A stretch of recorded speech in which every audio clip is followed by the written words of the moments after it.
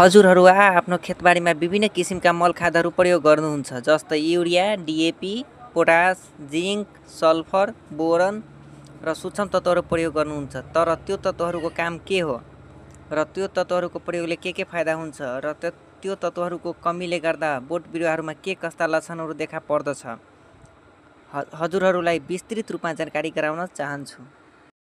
जसरी मानिसहरूलाई शरीरको राम्ररी वृद्धि विकासको लागि र स्वस्थ रहनको लागि विभिन्न किसिमको खानेकुराहरूको आवश्यकता पर्दछन्, त्यसरी नै बोट बिरुवाहरूको राम्ररी वृद्धि विकास गर्न स्वस्थ रहनको लागि विभिन्न किसिमका खाद्य तत्त्वहरूको आवश्यकता पर्दछन्। बोट बिरुवाहरूलाई जम्मा 16 किसिमका खाद्य तत्त्वहरू आवश्यकता पर्दछन्, जस्तै सर्वप्रथम मुख्य तत्त्वमा जम्मा 6 वटा तत्त्वहरू पर्दछन्, जसमा प्राथमिक तत्त्वमा नाइट्रोजन, फस्फोरस, पोटास। यी 3 वटा तत्त्वहरू बोट बिरुवाहरूलाई धेरै मात्रामा आवश्यकता पर्दछन् र बढी मात्रामा चाहिन्छ। सहायक तत्त्वहरू क्याल्सियम, म्याग्नेसियम, सल्फर। यी 3 वटा तत्त्वहरू अलिक कम मात्रामा आवश्यकता पर्दछन् प्राथमिक तत्त्वभन्दा। र प्राकृतिक संरचनात्मक तत्त्वहरू 3 वटा कार्बन, अक्सिजन, हाइड्रोजन। यी 3 वटा तत्त्वहरू प्राकृतिकबाट निःशुल्क रूपमा प्राप्त हुन्छ।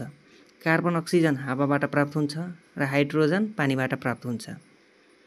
त्यसपछि सूक्ष्म तत्त्वहरू iron, zinc, boron, म्याग्निज, molybdenum, chlorine, copper.